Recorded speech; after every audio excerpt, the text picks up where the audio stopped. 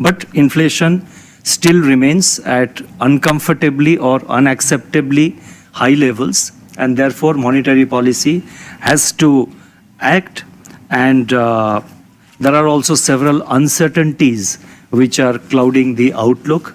So monetary policy has to therefore act, and that is why the monetary policy action of 50 basis points rate hike that was announced today, unanimous resolution of the MPC. The third point is that if you put together the first 2 points, what I said, now what emerges out of that is that steps have to be taken to contain inflation and inflation expectations. And the other thing that comes out is that the resilient economic activity gives us the space to act. And the aspect of growth is always taken into consideration and is always factored in MPC's deliberations as well as in MPC's decisions. The fourth point I would like to mention as a part of the broad picture is that the excess liquidity which we had, that is being gradually brought down. I have mentioned about it in the resolution. And we have also said that there will be two-way fine-tuning operations with regard to liquidity based on the evolving situation to ensure that there is adequate liquidity in the system. The fifth point is that with regard to the external sector, the current account deficit is expected to remain within manageable limits. And the Reserve Bank has the ability to finance the current account deficit based on our assessment. The forex reserves remain strong, and Reserve Bank will effectively deal with excess volatility of the exchange rate. And as I mentioned in the statement, the umbrella remains strong. The sixth and final point is that monetary policy will be calibrated, measured, and nimble, depending on the unfolding dynamics of inflation and economic activity. The focus will remain on ensuring safe and soft landing for the economy. And as I added as a part of my statement, it is once again a whatever it takes approach for the RBI going into a third year. We had it in the first year of the pandemic, second year of pandemic 21-22, and also now, given the challenges that we are confronted with, given the uncertainties that we are confronted with. So that's all I wanted to say. I would now leave it to Yogesh to take us forward. Thank you, sir, for the opening remarks. Now we'll begin the press conference. I'll invite first Mr. Mayur Shetty from Times of India to ask his question. Thank you, Yogesh. Governor, the rate hikes have been very sharp and they have come in quick succession.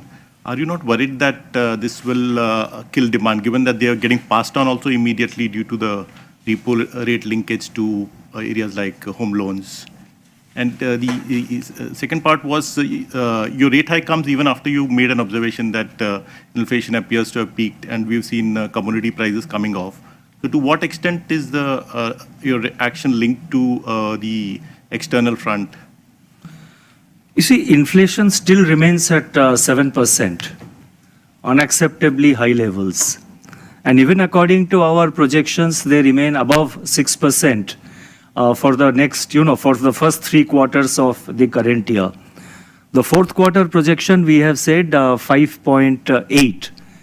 So with that kind of inflation trajectory, obviously monetary policy has to act.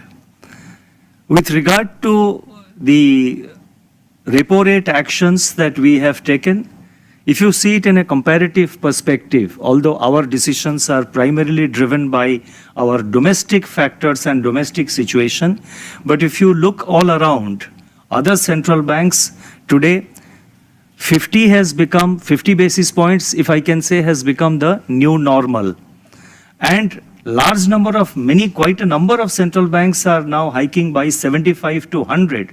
So there is a tendency that 75 to 100 basis point rate cut will perhaps, take over 50. But then in the Reserve Bank, as I said, we take a very calibrated and measured view. We factor in the impact of the rate action on the aspect of growth. I just mentioned it a little while ago. So the aspect of growth and the aspect of a rate hike on our demand, overall consumer demand, urban or rural demand, all that is already always factored in. And based on that, we have taken a balanced call based on the prevailing and the expected inflation growth dynamics. Thank you, sir. I'll move on to Shitama Bose from Financial Express. Thank you, sir.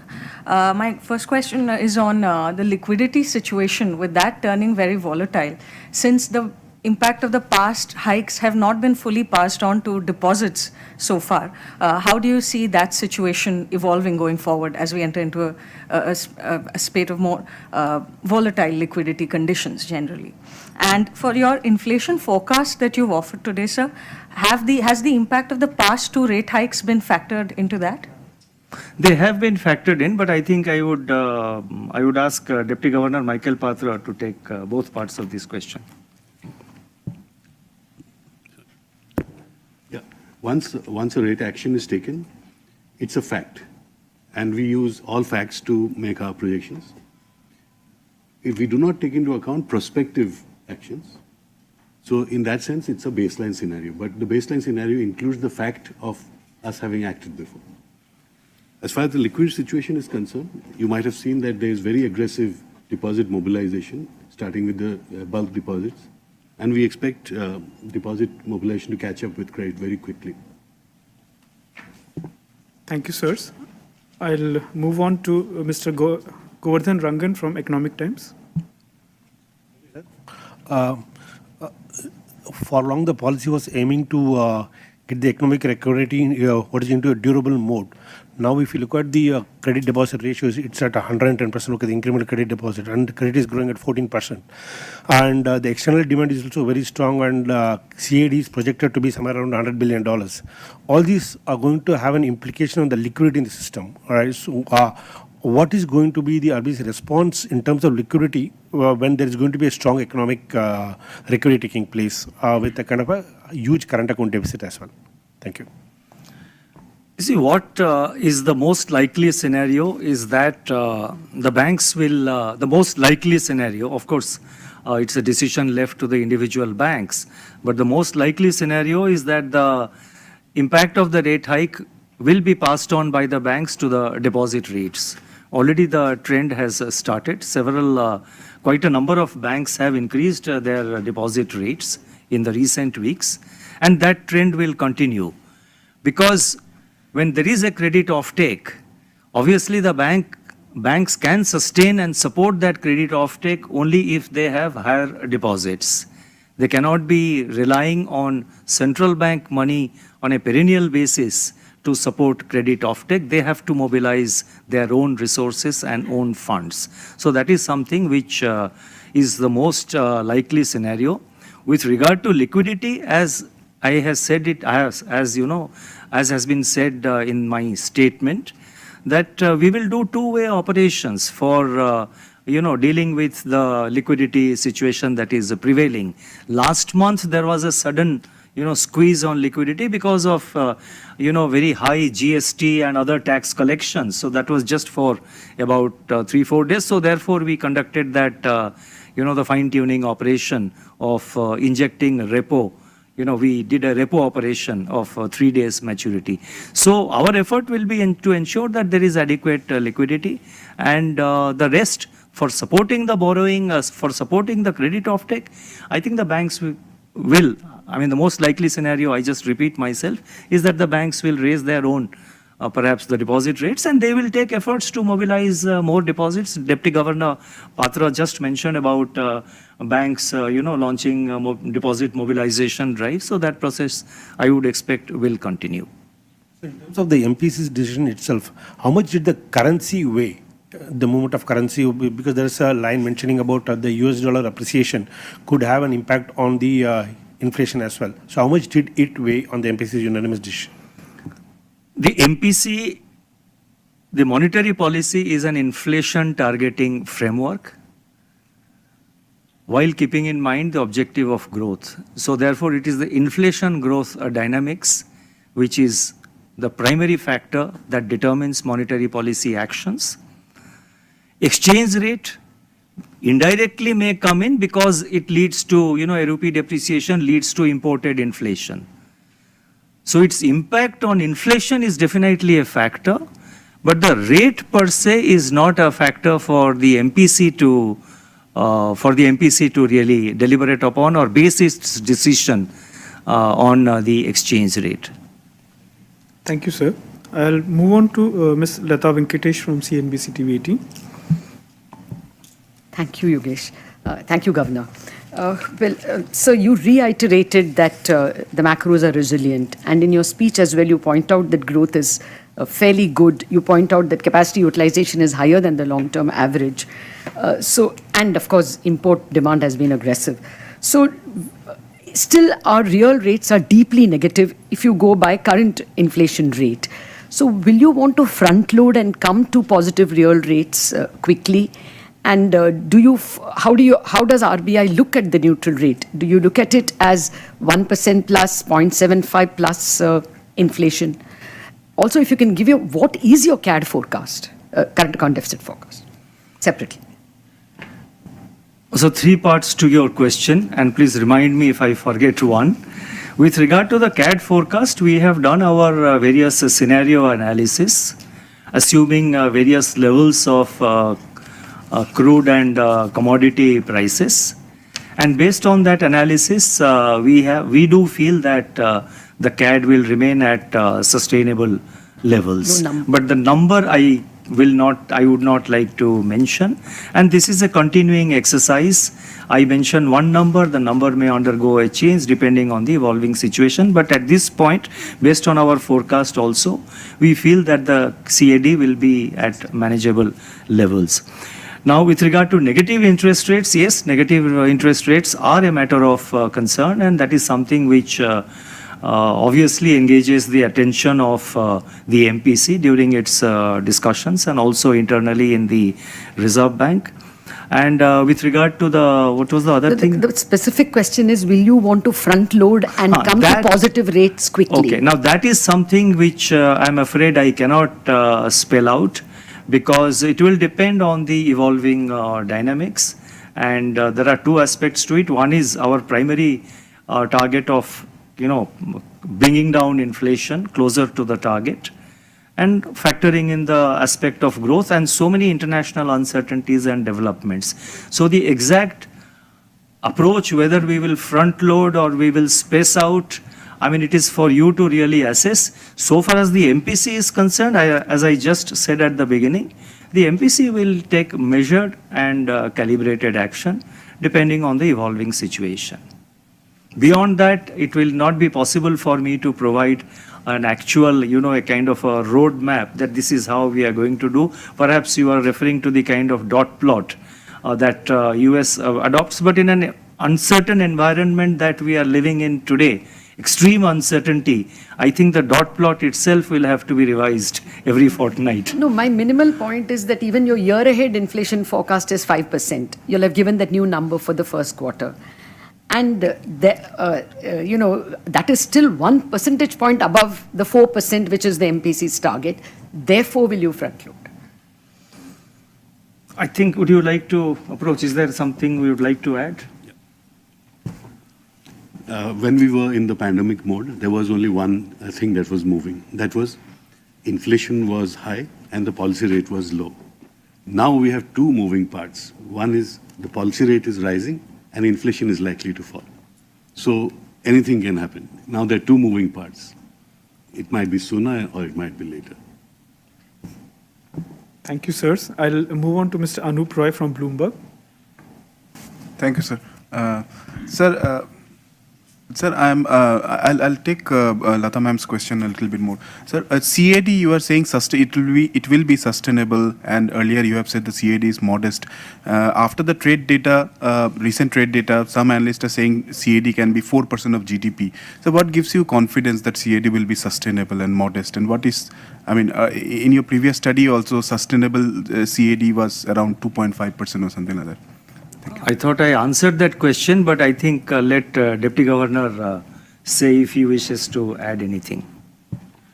The CAD for the year as a whole cannot be assessed on the basis of 1 month's trade deficit. No, you've just got May and June, which were high. Okay, now let me tell you some facts about the trade deficit. First of all, the small decline in exports is because petroleum product exports have slowed down. Now, the government has immediately responded by reducing the export tax and also the windfall tax. And we expect that it will be back on stream in a month's time, because this reduction of duty has been sizable. Number one. Number two is in the imports. The average price of oil, which we announced in the MPC, was 105 per barrel, which is in governor's footnote. But today it's trading at 94. All commodity prices are easing. So we expect a lot of relief on the import front. Now, what is the thing about the current account deficit? It's not the size that matters. Is it financiable or is it not? Now, FDI is higher than last year. Portfolio flows have started coming back in a big way. On August 1st, we got portfolio inflows of the amount equal to whole of July. Trade credits are strong. ECB, we have enhanced the opportunities for accessing it. And NRI deposits are also being liberalized. So I think it's eminently financiable. Thank you, sirs. I'll move on to Mr. Laltindu Mishra from The Hindu. Thank you, sir. Governor, we are now confronted with the third Black Swan event that is happening, playing out in Asia. Are we worried for that? And if in case that happens, do you have anything to handle this situation? Thank you, sir. You are referring to, what's happening in Taiwan, probably. Now, I think it will be extremely premature to call it a Black Swan event, because we are just about 2 or 3 days into it. But so far as India is concerned, our trade with Taiwan is minuscule. It's about 0.7%, if I remember correctly, 0.7% of our total trade. So therefore, the impact on India is expected to be, will be very, very, very negligible, because we just don't have, and if the capital flows in terms of FDI and other things are also very, very more, very low. So therefore, India is not really going to be impacted with regard to what's happening or what is likely to happen in Taiwan. Thank you, sir. I'll move on to Mr. Bijoy Idicheria from Informist Media to ask his question. Thank you, Yogesh, sir. Sir, is it possible for RBI and MPC to look at decoupling? Because we've heard that word being used in past statements from the RBI. But is it possible to actually decouple from global peers, from global players, even when there are so many factors at work? And also, now that you are well over the pre-pandemic level on the repo rate, was there a discussion on actually moving to a neutral stance? And was that the cause of dissent from Jayan sir for the stance? No, the cause of dissent, etc., I think you have to wait for the minutes of the individual members. It will not be correct on my part to paraphrase what individual members say in the MPC. Their minutes will come out after 2 weeks and you will see it. Now, with regard to decoupling, the point is, we are living in a globalized world. So India obviously is impacted and will be impacted by what is happening all around. And in fact, it is, I think there is a sentence in my statement that India has been impacted, by the, by all these geopolitical crisis and the, the pandemic related shock. So therefore, India will be impacted. Decoupling, I think we might have if I remember correctly, we would have said it in a particular context. Not necessarily that we are completely isolated, we are, kind of completely insulated or isolated from what is happening all around. India will be impacted by what is happening all over. And we have seen it in the recent years, and we are seeing it even now. So therefore, one thing that is happening today worldwide is that the world is getting, more fragmented. There is a sentence in my statement. The world is getting more fragmented in terms of trade, in terms of capital flows, in terms of geopolitics. And perhaps the perhaps the world is no more flat. So in that situation, India will be impacted by what's happening all around. Asked whether neutral stance was discussed because you'll have now moved past the pre-pandemic point. I think what was discussed you will see in the minutes. Thank you, sir. I'll move on to Mr. Subrat Panda from Business Standard. Thank you, sir. Is the RBI worried that there is an element of demand pull factor that is making the inflation persistent? And also, now that you have said that inflation has peaked, so at what level will you feel comfortable to pause?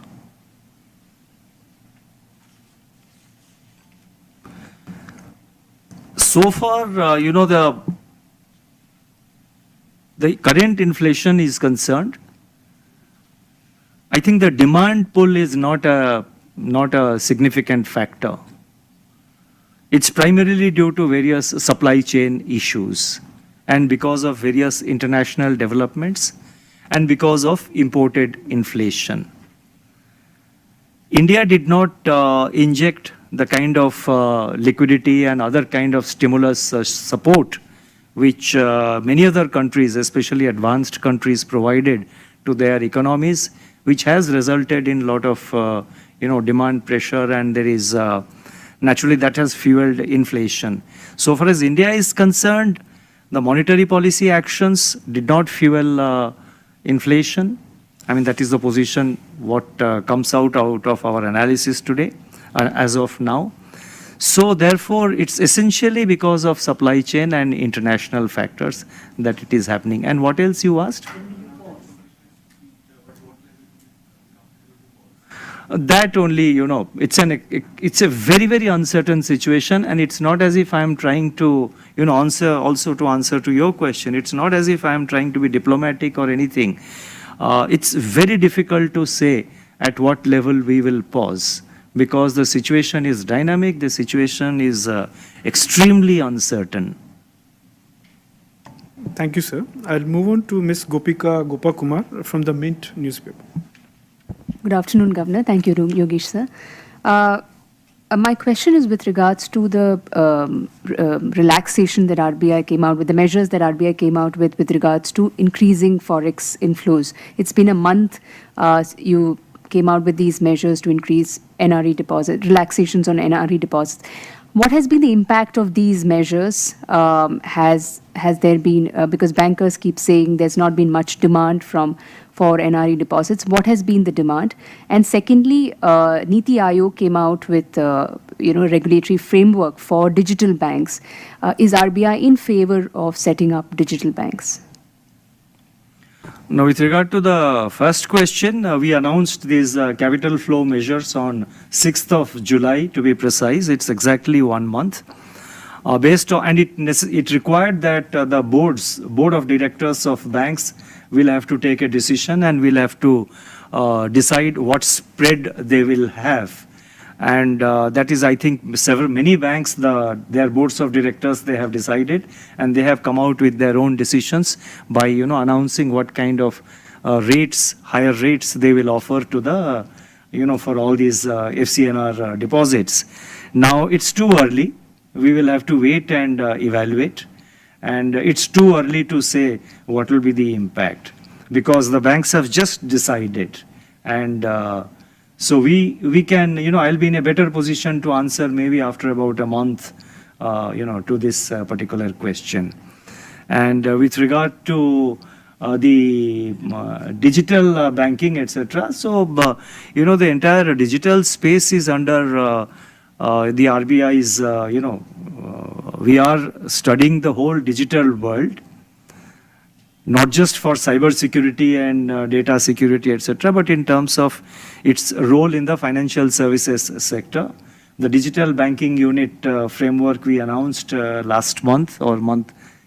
And with regard to the digital banks, etc., we are, that is one of the issues which is, we are examining how to sort of make the best use of the possibilities of digital lending Currently, the activities are mostly being done, even today digital lending is happening. Today digital lending is being done by the banks.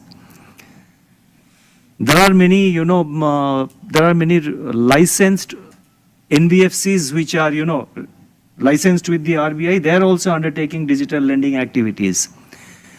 So this is an activity which is going on. The field is fast evolving. So whatever is necessary for dealing with this, in this entire ecosystem, the RBI will respond to the emerging needs. And to definitely, I will not be at the current moment, I will not be able to give a definite reply that we will do this or we will do that. I think you'll have to wait for that. Thank you, sir. I'll move on to Ms. Swati Bhatt Chete from the Reuters.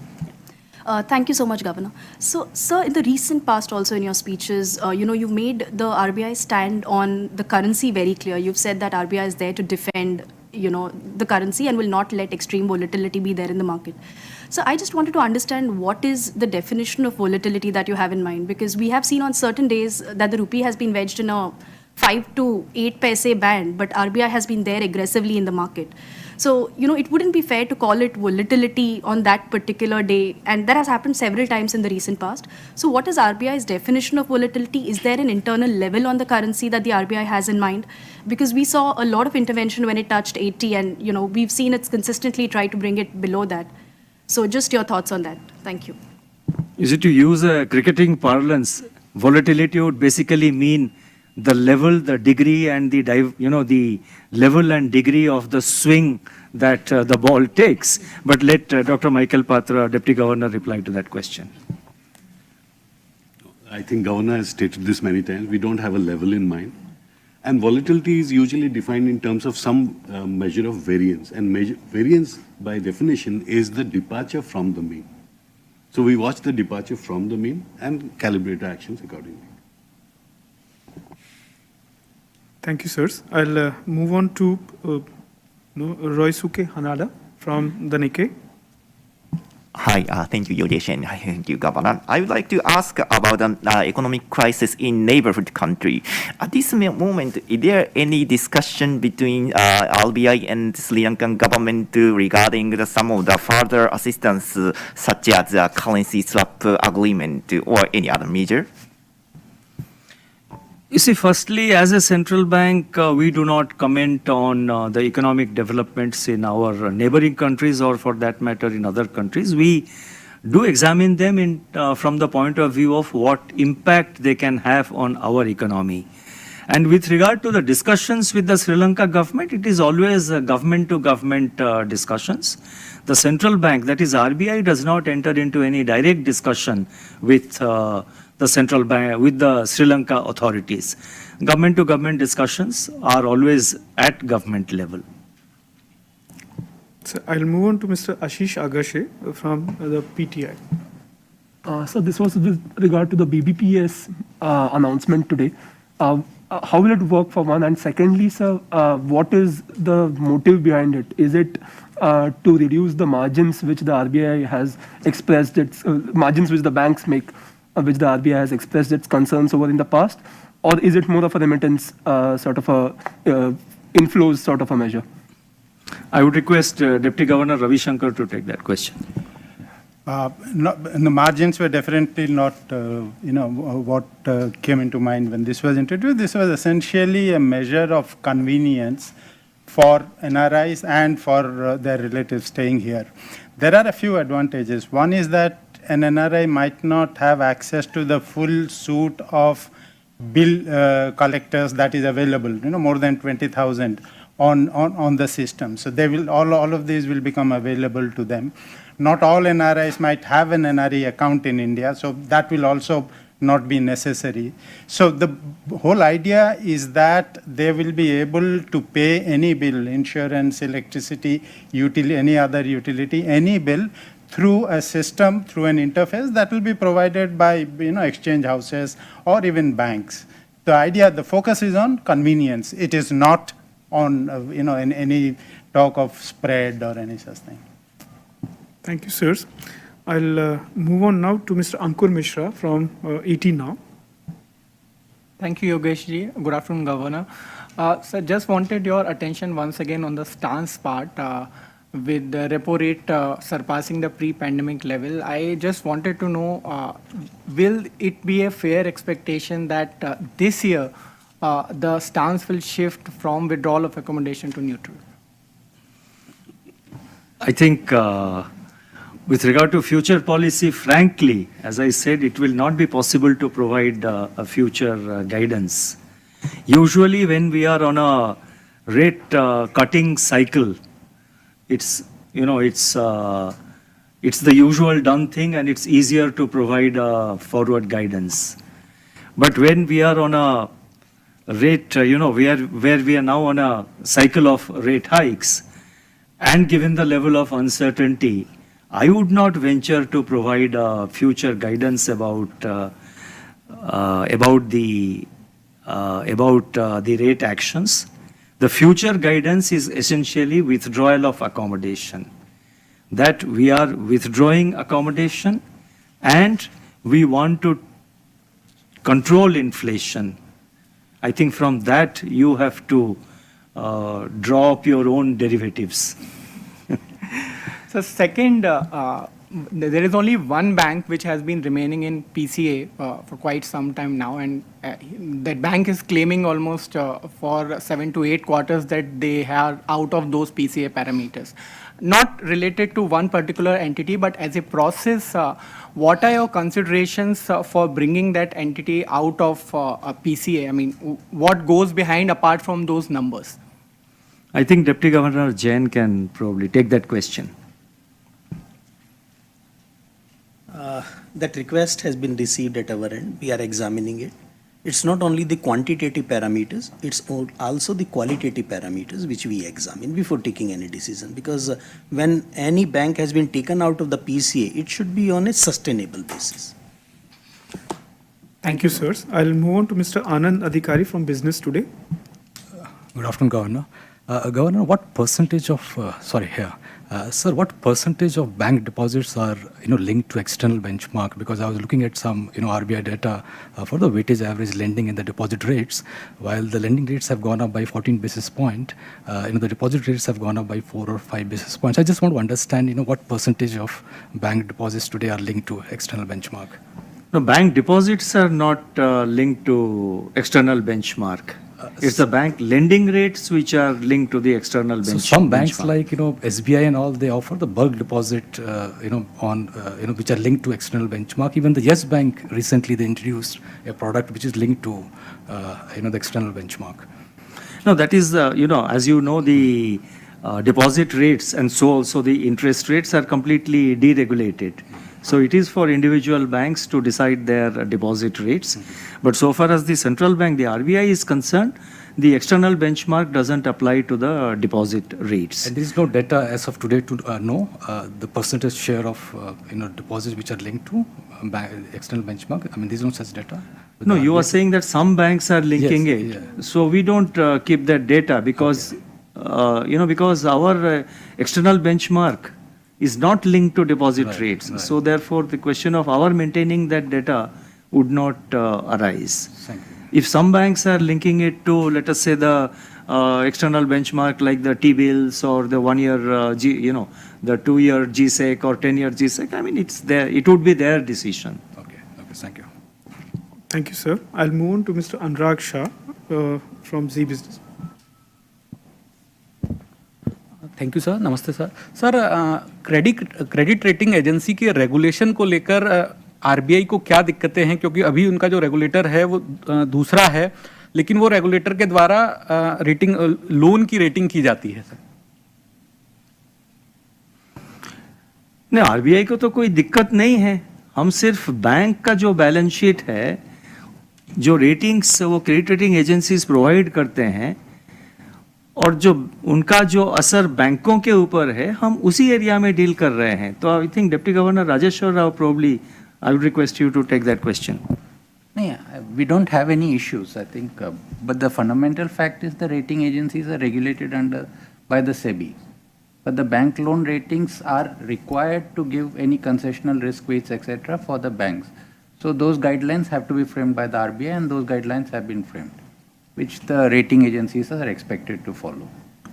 Sir दूसरा सवाल होगा sir, आपने पहले भी इससे पहली वाली policy में भी कहा था कि जो डिजिटल लैंडिंग से जुड़ी हुई गाइडलाइंस है वो जल्द आ जाएगी, तो उसमें सर क्या जो वक्त लग रहा है, क्या आपने उसका जो पैमाना बढ़ा दिया, डोमेन काफ़ी बड़ा हो गया है उसका, इस वजह से जो देरी काफ़ी लग रही है उसमें? और उसी के साथ साथ हम देख रहे हैं सर काफ़ी देश भर से ऐसी शिकायतें आ रही जो बैंकिंग फ्रॉड से जुड़ी हुई, और लोगों का ये कहना होता है कि जो उनके अकाउंट से अलग अलग तरीके से जो फ्रॉड्स हो रहे हैं, लेकिन उसका जो समाधान है उसका वो नहीं कर पा रहे, पुलिस के पास भी जाते हैं तो पुलिस भी कई मौक़ों पे उनको मदद नहीं कर पाती है। इसी ज़्यादातर जो फ्रॉड्स हो रहे हैं वो सारे ज़्यादातर मतलब मेजॉरिटी मैक्सिमम नंबर जो हो रहा है वो अनरेगुलेटेड एंटिटीज़ कर रहे हैं, जो कि आरबीआई के पास रजिस्टर्ड नहीं है, बिना लाइसेंस के वो अपने आप कर रहे हैं। और उसको चेक करने के लिए जो लॉ एनफोर्समेंट एजेंसीज है, लॉ एनफोर्समेंट अथॉरिटीज़ है, ये उनका रिस्पॉन्सिबिलिटी है। आरबीआई, हम सिर्फ जो हमारे आरबीआई रेगुलेटेड एंटिटीज़ है, जो लाइसेंस्ड है, जिनको हमने लाइसेंस दिया है, परमिशन दिया है, उसको सिर्फ हम रेगुलेट कर सकते हैं। लेकिन हम अवेयरनेस क्रिएट करते हैं, हमेशा हम अवेयरनेस एडवर्टाइजमेंट थ्रू और कैंपेन के थ्रू हम अवेयरनेस क्रिएट कर रहे हैं। और बाकी जो आपने वो जो डिजिटल लेंडिंग के बारे में जो गाइडलाइंस के बात कर रहे हैं, मैंने अभी रिसेंटली भी एक बैंक ऑफ बड़ौदा के इवेंट में कहा था कि it has taken more time because we wanted to study it very carefully. अभी बहुत जल्द आ जाएगा, आपको ज़्यादा वेट करना नहीं पड़ेगा। मॉनिटरी पॉलिसी में हम पिछले कुछ दिन बिजी रह गए, तो अभी वो आ जाना चाहिए। धन्यवाद सर। अब मैं मूव करूंगा Siddhi Nayak from Moneycontrol. Thank you, Yogesh, sir, for the question. So I wanted to, I know for the fear of getting repeated, but I wanted to know if the central bank's multi-year process to normalize liquidity conditions can be completed in this financial year itself, since liquidity is getting tighter fast. That's one. And second will be on the international trade settlement measures that you just announced. Has the RBI received any request to set up these Vostro accounts as such? Second part of the question, DG Ravi Shankar will give the answer. The first part of the question is that with regard to liquidity, whether it will be completed in the current year. Let me say that the overall liquidity even today is fairly high. It's in the upwards of, it's about 5 to 6 lakh crore.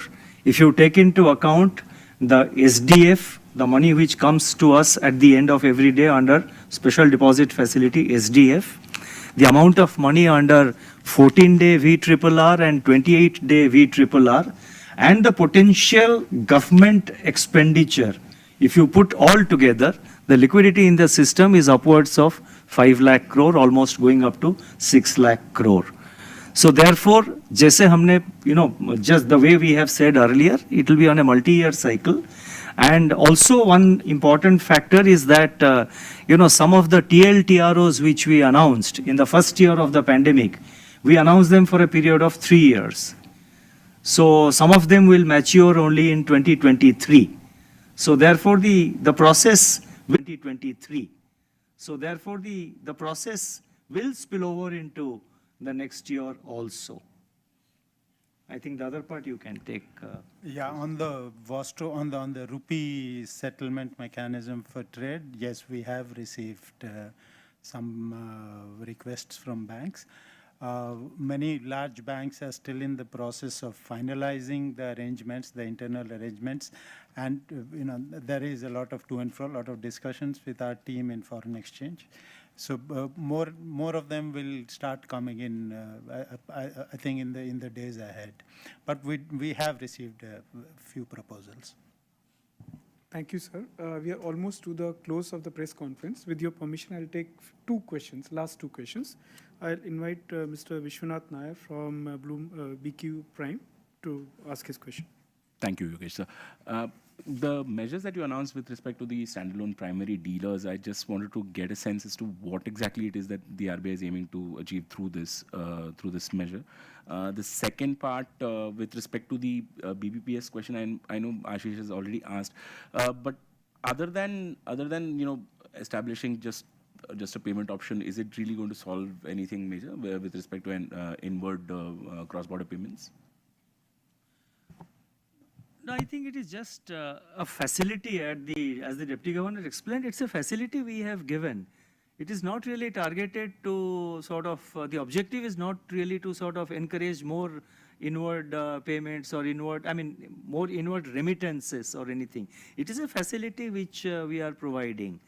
And it will definitely, the ease of payment for many families, especially senior citizens whose children are abroad, and who may be finding difficult to make their payments, either online payments because, not because of unfamiliarity, or in certain situations having to visit some place to make a payment. It is just a facility which we have given to improve the ease of making the payment, and that's it. Nothing more should be seen into it. And the other thing you asked was, the standalone primary dealers. I think either DG Rajeshwar or Ravi Shankar, you can take that question. The basic idea is to develop standalone primary dealers as major players, as market makers in financial markets. Now they have access to interest rate markets. They are quite active in interest rate markets. But interest rate and exchange rate markets are very closely related, as you would understand. So giving them access as market makers to this would enable them to provide the full suite of market making products to clients, to their clients or others. From the point of view of users of the market, having a wider choice of market makers is always a better option in terms of pricing. There would, pricing efficiency we expect would improve. That is the broad idea behind that. Thank you, sirs.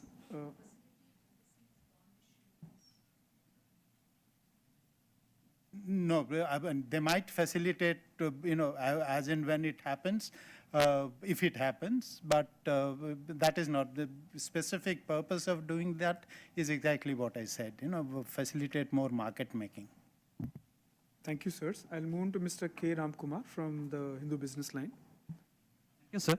I just wanted to understand, banks, as part of their NPA reduction process, they have been, writing off loans more than they have been recovering and upgrading, actually. So is this something a matter of concern for RBI, actually? And are you looking into it? I think one of you can answer. You can answer. First of all, let me clarify, these are the technical and the prudential write-off without foregoing the right of the recovery. Second, all these loans are fully provided for. So it reflects upon a prudence in the balance sheet, and it reflects a better position of the balance sheet. And the third, we have seen in last 2.5 years, there is a declining trend as far as write-off is concerned, and there is an upward trend on the upgradation. Thank you, sir. And sir, the last question with Shama from Doordarshan. Hi, sir. We can have a little more clarity since this is the last question. Rate hikes are for taming the inflation. Have you estimated any timeline for the effect of the measure to show, at least to moderate the inflation? You see, usually rate hikes take about 6 to 8 months to have their full impact. I'm saying the full impact. They start having their impact right from the beginning. But to have the full impact, it takes about 6 to 8 months. And so therefore, the impact of the rate action that we have taken, starting with, if I can say, starting with April, when we introduced the SDF at a higher rate, 40 basis points higher than the reverse repo, and then the May, June and all. So we'll have to wait maybe till the end of, till let's say, till October, November to assess their full impact.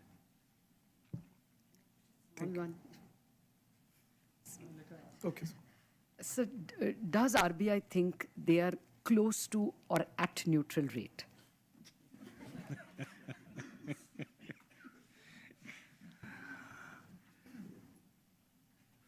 Does RBI think that? Close to neutral rate. Okay. No, I'm afraid I cannot reveal all thinking of the Reserve Bank, and that will be a giveaway. And very frankly, I mean, on neutral rate, etc., I think some bulletin articles have appeared, have been given out, but I'm not able to sort of reveal the thinking, because we have within RBI, let me say, there are multiple minds and multiple thinking, and they finally converge on my table. And then from there, after discussion with the senior management, the thinking of RBI emerges. So it will not be possible for me to reply to your question in very explicit terms. Thank you. Sir, one... I think you want to add something.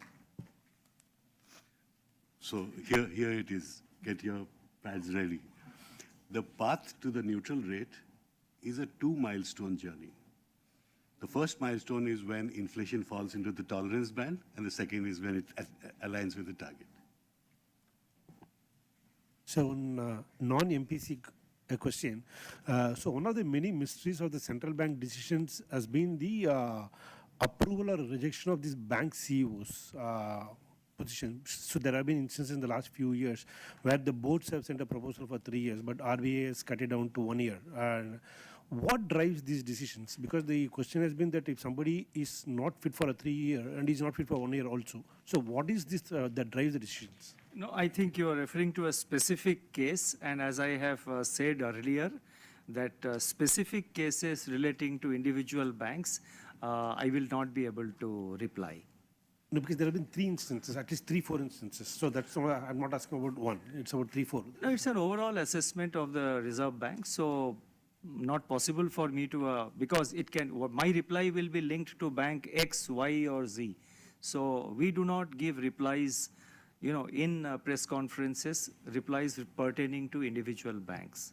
Thank you. Thank you, sir.